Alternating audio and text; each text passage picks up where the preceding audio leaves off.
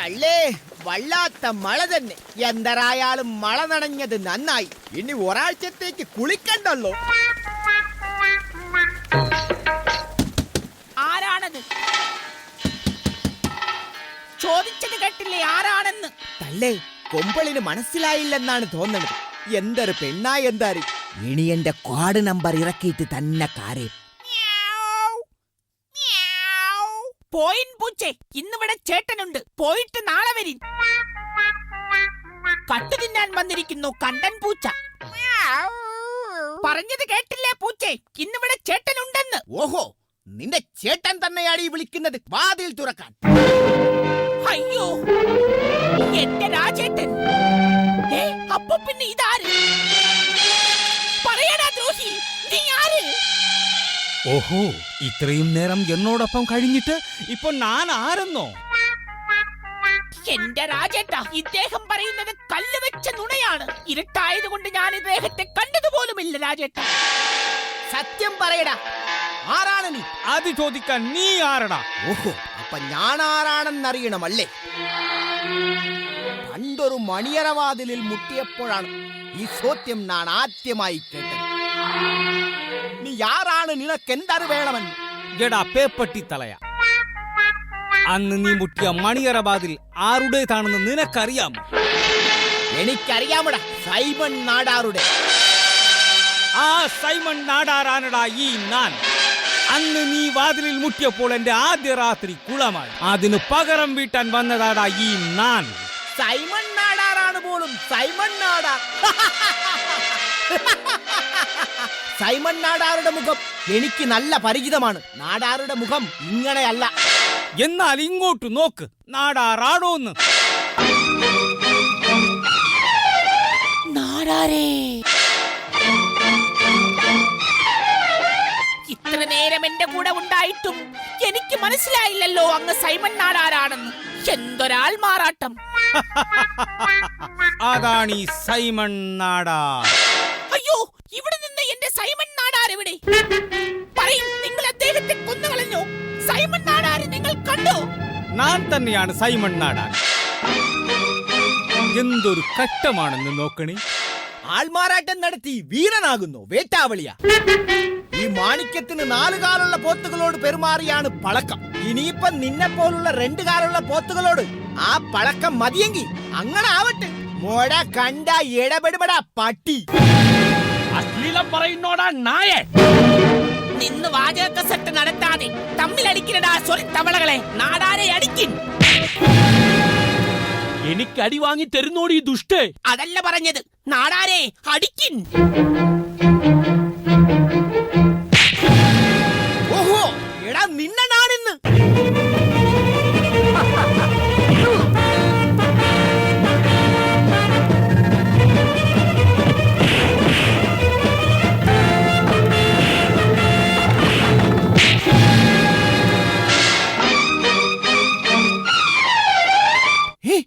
നാടാർ എവിടെ പോയി?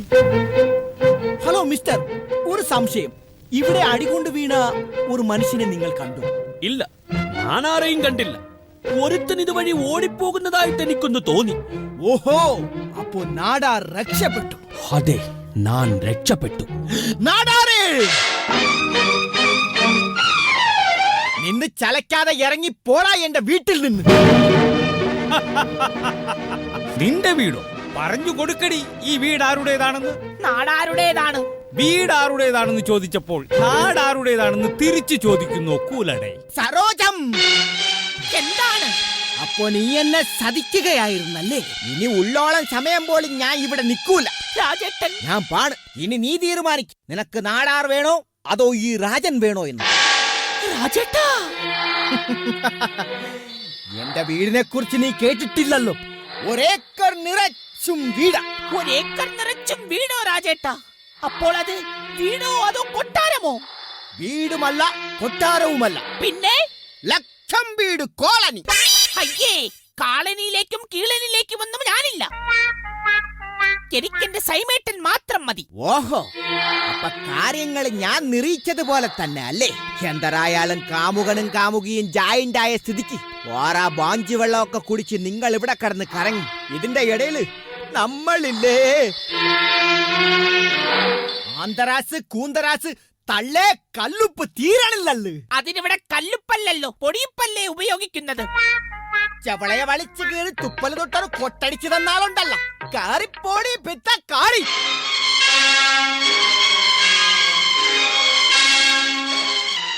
മനസ്സമ്മതം തന്നാട്ടെ മധുരം കിള്ളി തന്നാട്ടെ മധുര 17 എന്തിനാണ് ഈ അസ്ഥാനത്ത് കയറി പാട്ടുകൾ പാടുന്നത്? ഈ സിനിമയിൽ 10-17 പാട്ടില്ലേ സരോജം? 2 മണിക്കൂറിനുള്ളിൽ ഇതെല്ലാം പാടി തീർക്കണ്ടേ?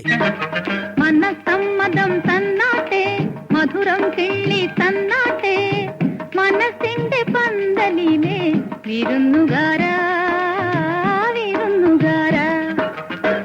നിർത്തടാ നൃത്യങ്ങൾ. പഞ്ച് ഡയലോഗും പറഞ്ഞ് നീ അങ്ങ് പോയതല്ലേടാ. പിന്നെ എന്തിനാടാ ഇങ്ങോട്ട് തിരിച്ചു കയറി വന്നത്? ഞങ്ങളെ ശല്യപ്പെടുത്താൻ? പിന്നെ ശുഭം നിന്റെ അച്ഛൻ വന്ന് കാണിക്കുമോടാ.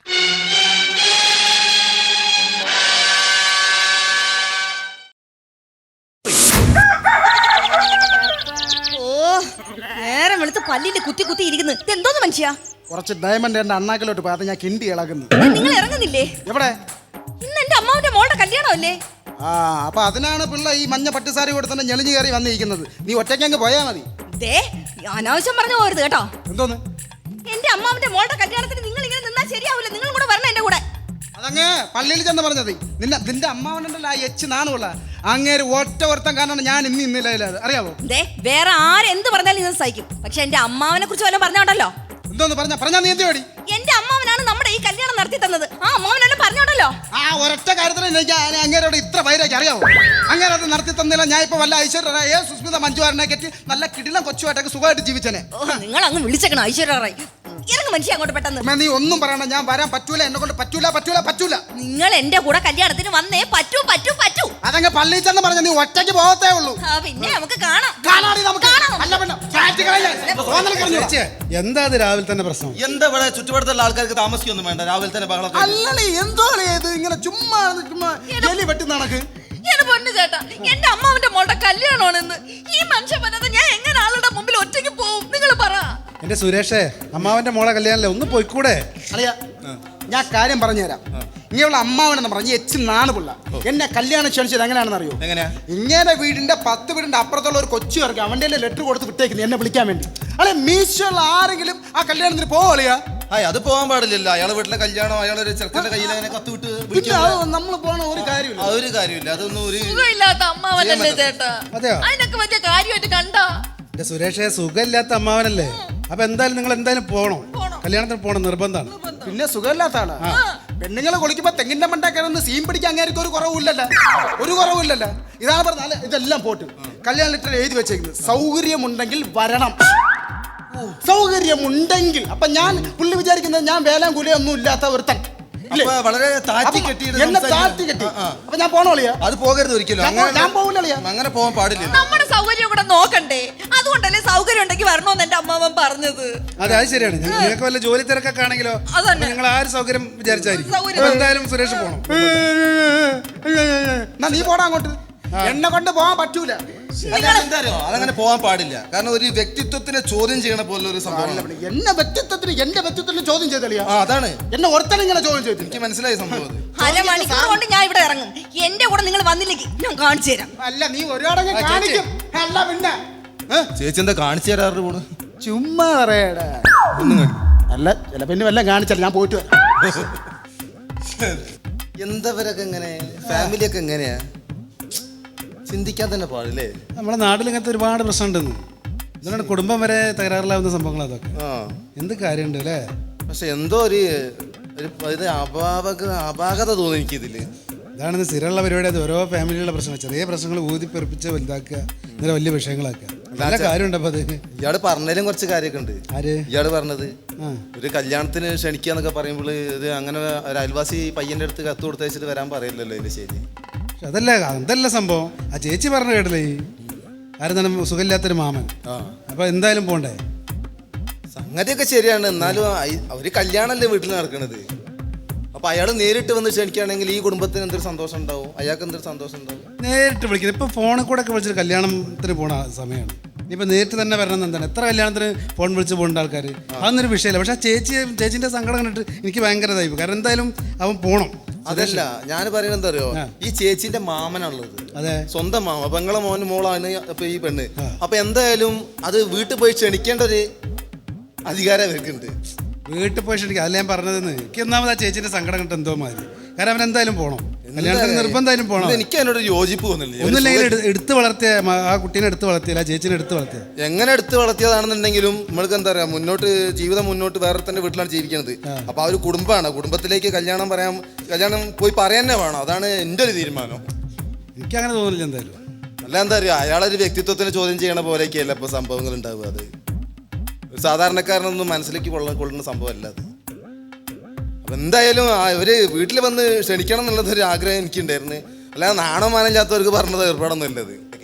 നാണമാനത്തിന്റെ ഇപ്പൊ എന്നോട് അറിയണ്ട. എന്താ നാണമാനില്ലാത്തവർക്ക് ഇപ്പൊ എന്തും പറയാലോ. നാണമാനില്ലാന്ന് പറഞ്ഞ ഉദ്ദേശം എന്താന്ന് മനസ്സിലായില്ല. ഉദ്ദേശം ഇപ്പൊ എന്താ, ഞാൻ ഇപ്പൊ ഇവിടെ വേറെ അറിയില്ല എന്നോട് തന്നെ. നാണമാനത്തിന് വലിയ കഥ ഞെളിഞ്ഞിങ്ങനെ പറയാ, നാണമാനത്തിന്റെ കഥ. ഞാനിപ്പോ എന്താ ചെയ്ത് നാണമാനില്ലാത്ത കേസ്? നാണമാനുള്ളവരെ നാണമാനത്തിന്റെ കഥ പറഞ്ഞാൽ മതി. ഞാൻ എന്ത് ചെയ്തോടെ നാണമാനില്ലാത്തത്? ഞാൻ ഈ ചെക്കൻ പോരുന്നതല്ല പറഞ്ഞു. കല്യാണ പേരെ പോയി കഴിഞ്ഞ ആഴ്ച പോയി എന്താ ഒരു കള്ളു കുടിച്ച് തലകുത്തി പറഞ്ഞിട്ട്. കള്ളുടിച്ച് തലകുത്തി ഞാൻ ഒറ്റയ്ക്കാണ് പോയി ഉന്തി തള്ളി വിട്ടത് അങ്ങോട്ട്. ഞാനാണ് ഉന്തി തള്ളിച്ചിട്ട് പോയി തലകുത്തി വരല. വലിയ വർത്താനം പറഞ്ഞ ഞാനവിടെ അപ്പോൾ മാന്യമായിട്ട് അവിടെ മര്യാദക്കാന്നുള്ളത്. മാന്യമായിട്ട് ഇങ്ങനെ ആടിയിട്ടൊന്നും കളിച്ചിട്ടില്ല. അത് ശരി, ഇതൊക്കെ ചെയ്ത് വെച്ചിട്ട് അവസാനം ഞാൻ ഞാനിപ്പോ ഈ ചെക്കന്റെ കാര്യം പറഞ്ഞു. അനക്കത്തെ എത്ര ഈ ചെക്കൻ കല്യാണത്തിന് പോകാൻ പാടില്ല എന്ന് പറഞ്ഞാൽ പോകാൻ പാടില്ല. കല്യാണത്തിന് പോകണം.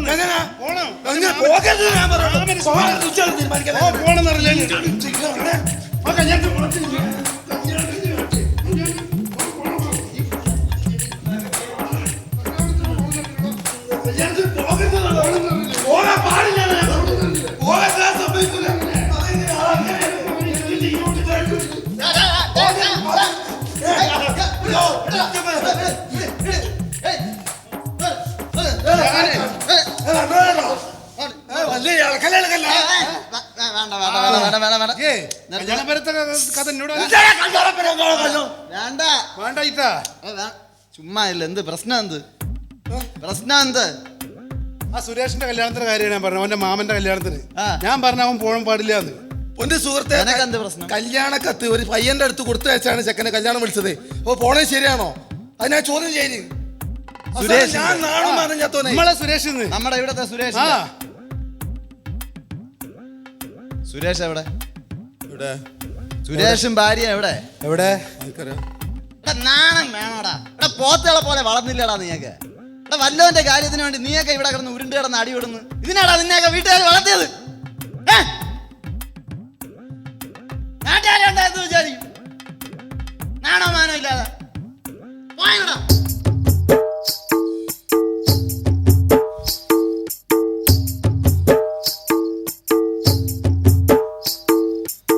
എന്താ ഉണ്ടായത് ഇവിടെ? എന്ത് കാര്യത്തിനാ? ആരാണ് ഈ സുരേഷ്? എനിക്കറിയോ. നമ്മള് പിന്നെ ആരെ പേരിലെ തലയുണ്ടാക്കി? നമ്മള് ഇത്ര സുഹൃത്തുക്കളായിട്ട്. അല്ല എന്തുണ്ടായത് ഇപ്പൊ? ജാക്കി ചാന്റെ പടം കണ്ട മാതിരി പോയല്ലോ. എന്താണാവോ മോനെ? എന്നാലും ആരാന്റെ കാര്യത്തിന് നമ്മളില്ലേ ഒരു കാര്യമില്ലാണ്ട് ആലോചിക്കുമ്പോ തന്നെ എന്താ മാതിരി. നമ്മൾ ഇത്ര ആത്മാർത്ഥ സുഹൃത്തുക്കളല്ലോ ഒന്നുമില്ലെങ്കിൽ അത്ര ചിന്തിച്ചില്ല. പോട്ടെ, സാരില്ല, തെറ്റുകളെല്ലായിടത്തും പറ്റും.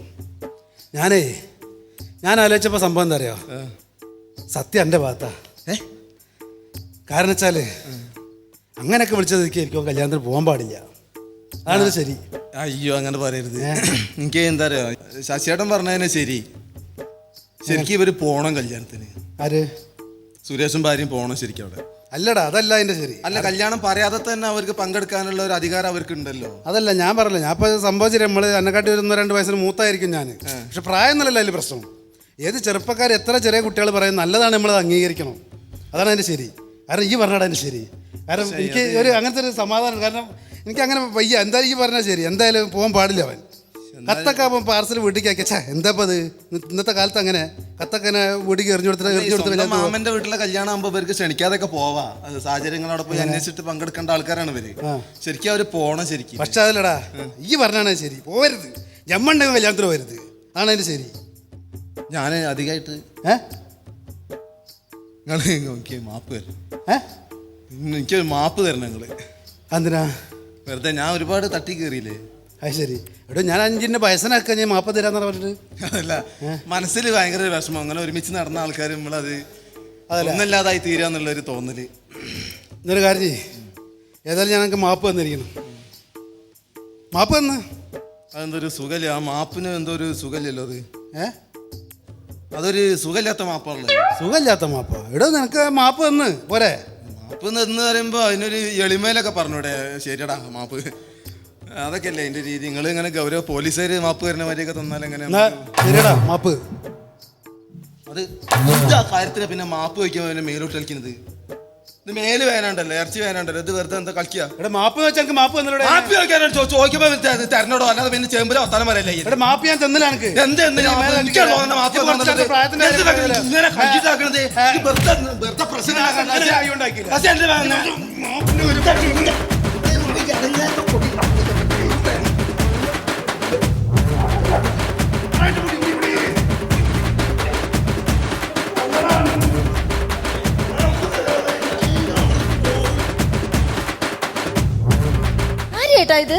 ഇത് ഏതാ വെള്ളമടിച്ച് ഏതാ പ്രാന്തന്മാരെ അടികൂടി കൂടുന്നത്? നമുക്ക് അത് കാര്യം നോക്കേണ്ട കാര്യമൊന്നുമില്ല. ഇടി നിന്റെ മാമന്റെ മോളെ കല്യാണം എപ്പോഴെന്ന് പറഞ്ഞു? 11 മണി. പെട്ടെന്ന് വാ മോളെ, നമുക്ക് കല്യാണമാണ്.